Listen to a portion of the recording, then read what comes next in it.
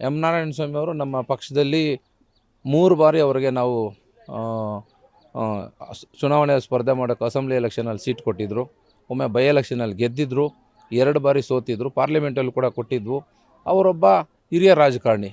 Last time ನಾನು ನಮ್ಮ ತಂದೆಯವರು ಅವರು ಕೂಡ ಟಿಕೆಟ್ ಆಕಾಂಕ್ಷಿ ಆಗಿದ್ದರು ಕೂಡ ನಮ್ಮ ಭಾರತೀಯ ಜನತಾ ಪಾರ್ಟಿಯ ಎಲ್ಲ ಮುಖಂಡರು ಕೂಡಿಸಿ ನಾವು ಮಾತಾಡಿದ್ರು.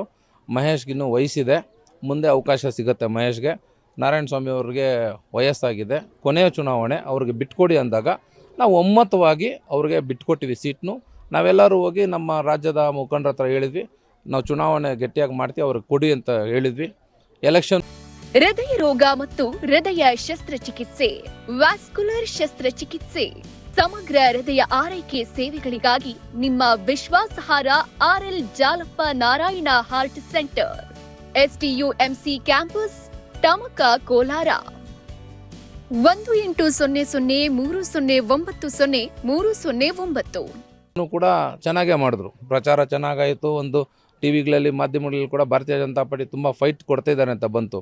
ಕೊನೆ 2 ದಿನದಲ್ಲಿ ಅವ್ರದ್ದೇನೋ ವೈಯಕ್ತಿಕ ಸಮಸ್ಯೆಗಳಲ್ಲಿ ಚುನಾವಣೆ ಮಾಡಲಿಲ್ಲ ಅಂದರೂ ಕೂಡ ನಾವು ಅವ್ರನ್ನ 2 ವರ್ಷ ಗೌರವವಾಗಿ ನಡೆಸ್ಕೊಂಡಿದ್ವಿ. ನಾವೆಲ್ಲೂ ಅವ್ರನ್ನ ಬಿಟ್ಕೊಟ್ಟಿಲ್ಲ. ಪ್ರತಿದಿನ ಅವ್ರನ್ನ ನಾವು ಸಂಪರ್ಕ ಮಾಡ್ತಾಯಿದ್ವಿ, ಪ್ರತಿಯೊಂದು ಸಭೆಗೆ ಅವ್ರನ್ನ ಆಹ್ವಾನ ಮಾಡ್ತಿದ್ವಿ.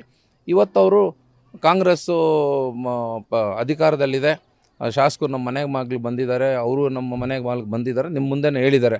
ಇವತ್ತು ಹೋಗಿದ್ದಾರೆ. ನಮ್ಮ ಭಾರತೀಯ ಜನತಾ ಪಾರ್ಟಿ ಯಾವತ್ತೂ ಅಷ್ಟೇ ಕಾರ್ಯಕರ್ತರ ಪಾರ್ಟಿ. ಕಾರ್ಯಕರ್ತರು ಗಟ್ಟಿಯಾಗಿರೋವರೆಗೂ ಪಕ್ಷ ಏನೂ ಆಗೋದಿಲ್ಲ. ಪಕ್ಷನ ಕಟ್ತೀವಿ, ಏನೂ ತೊಂದರೆ ಇಲ್ಲ.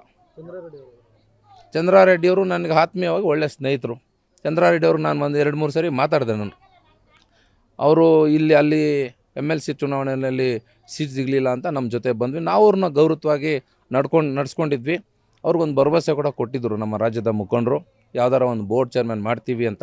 ನಾವು ಕೂಡ ತುಂಬ ಪ್ರಯತ್ನ ಪಟ್ವಿ, ಕೊಡಿಸೋದಕ್ಕೆ ಆಗಲಿಲ್ಲ. ಆದರೂ ಸಹ ನಾವು ಅವ್ರನ್ನ ಪಕ್ಷದಲ್ಲಿ ಚೆನ್ನಾಗಿ ನಡ್ಸ್ಕೊಬಂತಿದ್ರು. ಕೊನೆಗಳಿಗಲ್ಲಿ ಅವರು ಕೂಡ ನನ್ನ ಮಾತೃ ಪಕ್ಷಕ್ಕೆ ಹೋಗ್ತೀವಿ ಅಂತ ಹೋಗಿದ್ದಾರೆ. ದೇವರು ಒಳ್ಳೇದು ಮಾಡಲಿ ಅವ್ರಿಗೂ.